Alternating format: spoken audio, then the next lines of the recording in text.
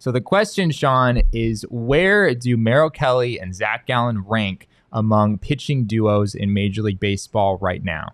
And we have a few caveats here. They have to be healthy. So no Jacob deGrom in this conversation, unfortunately. Feel bad for our friends. The Dodgers are completely eliminated. The Dodgers, got, like, one healthy pitcher. That would be tough for them. So it's only guys that are healthy right now, even if they've pitched a substantial amount this year. We're only looking at guys who are healthy right now.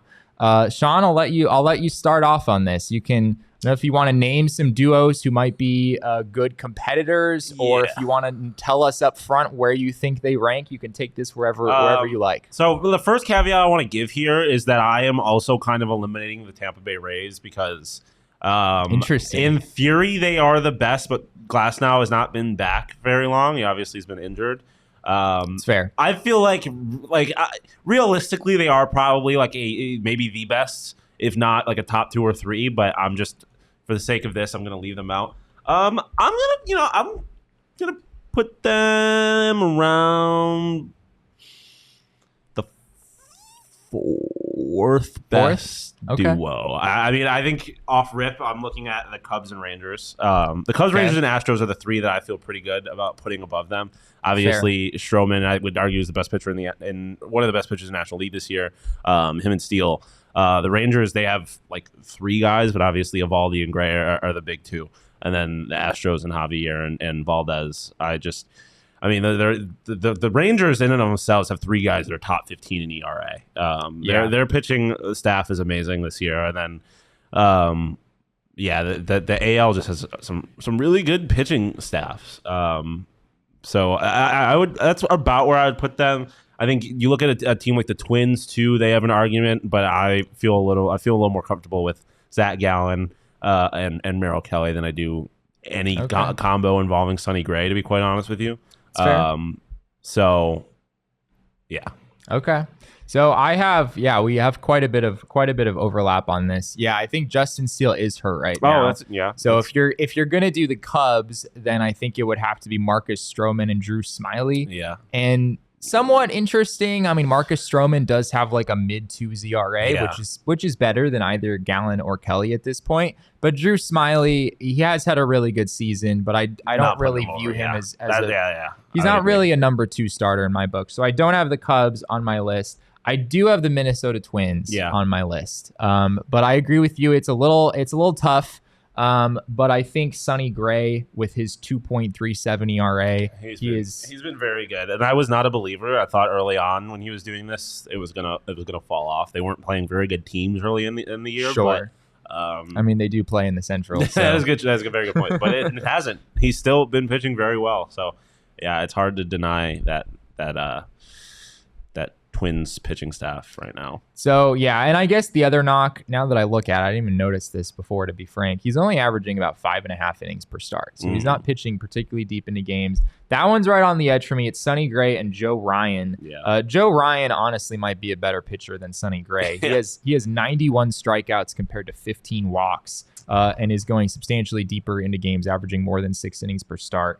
So that duo with the Twins, I think, is interesting. I did have them on my list. I also did have Jonathan Gray and Nathan Eovaldi of the Texas Rangers, which is so weird because going into the season, like both of those guys look like number 4 starters. Yeah, maybe. Exactly. And yet here we are talking about them being, you could make a case they've been the best duo to this point. Jonathan Gray is 3rd in the league right now among qualified starters in ERA at 2.32. Eovaldi is 6th in the league at 2.59. Pretty crazy stuff that they've been able to pull off this season. That Rangers team. I know they're not the Rays or the Braves, but boy, that team that's one hell of a team.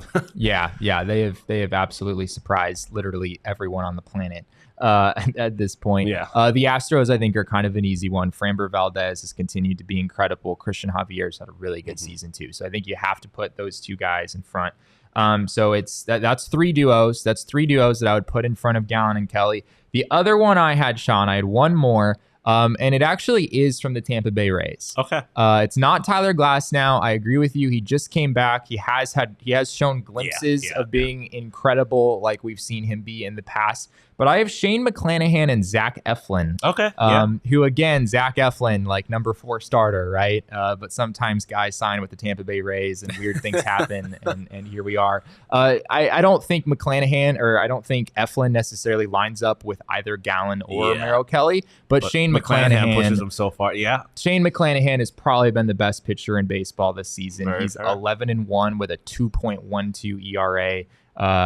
Pitching deep into games, averaging about 6 innings per start. So I think I'm at 4, Sean. I think I'm at 4 teams above them, which I guess would put Zach Gallen and Merrill Kelly as the 5th best starting pitcher duo in all of baseball. Which, maybe they're not first, but 5th best is still pretty darn good for your 1-2 punch. I think I'm gonna put them. If we're removing the Cubs, I didn't think about that. I think I'll probably put them 4th. I'm not huge on the. On the Twins? The Twins, okay. And obviously I don't have the Rays in the conversation right now, but I would say that they are pretty firmly in the conversation for top 5, and that's a pretty damn good place to be when you're trying to win baseball games. Yeah. I think top 5 is pretty safe at this point. Other duos that I considered but that I didn't have in front of Gallen and Kelly, Alex Cobb and Logan Webb of the Giants have been quietly very, very good this season. They're really close to Gallen and Kelly, honestly. I think you could maybe go either way. I would probably lean toward the D-backs a little bit just because I think Gallen is probably the best pitcher out of all those guys. Bryce Elder and Charlie Morton of the Atlanta Braves.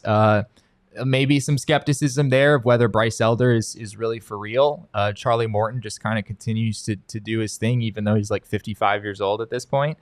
I also had Jose Barrios and Kevin Gausman of the Blue Jays, which I think is close. They have pretty good peripheral numbers. Both of them have ERAs over 3. So if you're looking at more of the simple stats, I think the D-backs win that one. But that's another interesting duo where you could certainly have a conversation there.